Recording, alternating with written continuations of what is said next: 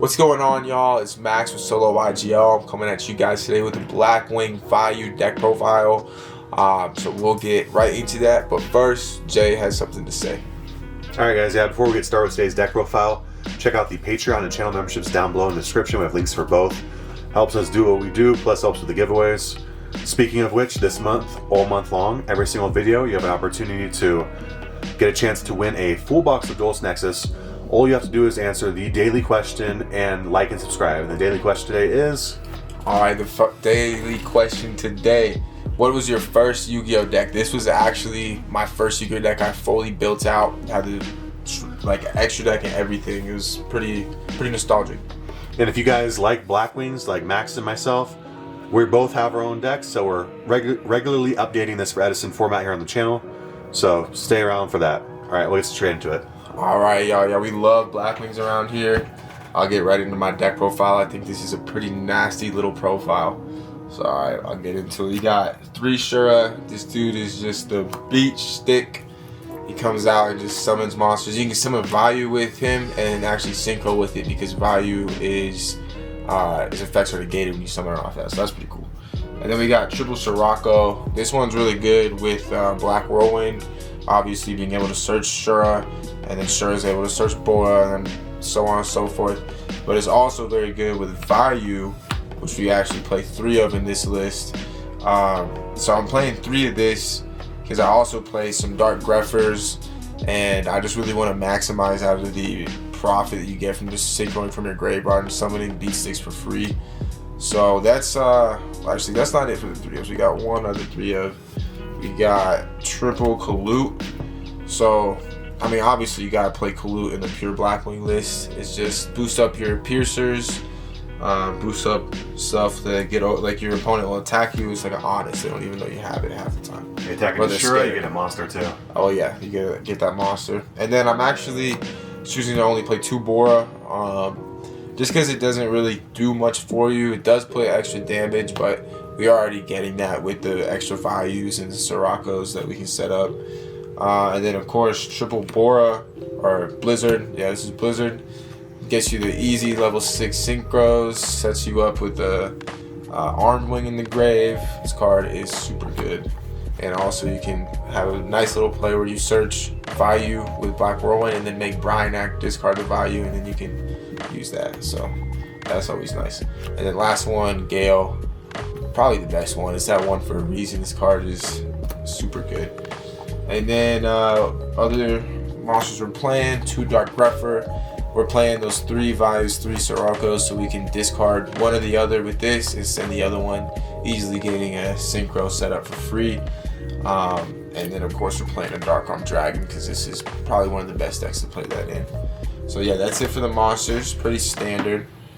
For the spells, double Black Whirlwind. I wish I drew this card more, but it's okay. This card is just so good. It's so strong. There's not really a lot of other cards in Edison that are like this for our archetype. It's just like so freaking good. And then the rest of the spells are just some 1-ups. We got 1 Heavy Storm, 1 Allure of Darkness, and 1 Brain Control. I am also playing a Mind Control, but it's not in here. I really do apologize about that, but it should be. So just, it was in my other deck right now though. But yeah, these spells and a Mind Control is good. Actually, I'm not playing Mind Control. I'm tripping. I forgot. Yeah, this is all we play. I was playing Book of Moons, but that's before I made this more of a value list. Alright, for the traps, we got triple Icarus attack. You gotta play this card. It's so freaking free. Especially like with the values. You just set a value, T-set that Icarus attack, and that's it for them. This is probably game over. Not really, but it's good. It's so good. So good. And then triple D Prison. This card is just honestly just really versatile, hitting like Stardust Dragons or Goyo Guardian, literally anything. Colossal Fighter. Colossal Fighter too. This card is really good. Then of course double Bottomless is like probably my favorite trap in the whole format. This card's so strong. And then in this deck we're main decking 2 Royal Oppression. Since we're playing all those values, it's pretty much like the value turbo logic, because you can just resolve value into Royal Oppression and just keep beating down your opponent. And if your opponent doesn't have an out to this for like 1 or 2 turns, they're probably gonna lose. Like this card is just so sacky. It's like Vanity's Emptiness turbo. It's insane. Even outside of value, you just win the grind game with all those beaters and then all the traps. Right. You have Shuras, you have Sirocco, Kalutes, Siroccos. Yeah, they're so much. They're gonna get messed up. And then we got the best one of Torrential, Mirror Force, Judgment, and Shoot. So yeah, that's the main deck. 40 cards, no mind control. I was going on a little rant about how. Before we get into this, guys, if you want to stick around, Max is doing a tutorial, like beginner's guide, test hands, whatever. Test hands. That'll be out later today. Yeah, I got y'all on Different that. video. For sure. We got a little tutorial coming through. All right, so for the extra deck, we got 2 Armed Wing. This is actually one of my favorite Yu-Gi-Oh cards. I think it's just so dope. He's got that shoddy. He's ready to bust it down on somebody. And then we got Bryanek and Yugioh. Just really strong. It's just crazy being able to make these with one blizzard. Like, that's just so free. All right, that's it for the 6s. And then we're playing 2 level 5s, of course. The Catastor and the Android. Gotta play these guys. They're just the best. Probably the only good level 5s. And then we got, for the 7s, Double Armor Master. This card is pretty good. Can't be destroyed by battle. Summon it from the grave for free of value. That's the main thing. And then we got a Black Rose. You can just easily make a Black Rose, and sometimes that's wins you the game. Then we got the rest of the extra decks, some level 8s, Dark End Dragon. This card is so good in every deck that you can play it in. Insane card. It was actually a prize card back at Edison, so people couldn't really get their hands on it. So it's actually like, I feel like it kind of changes up the format since we are able to play it nowadays. Then we got a Stardust Dragon, of course, the GOAT. Thought Ruler Archfiend, really good option. Just gaining life points, can't be targeted. Well, it can be, you can negate it.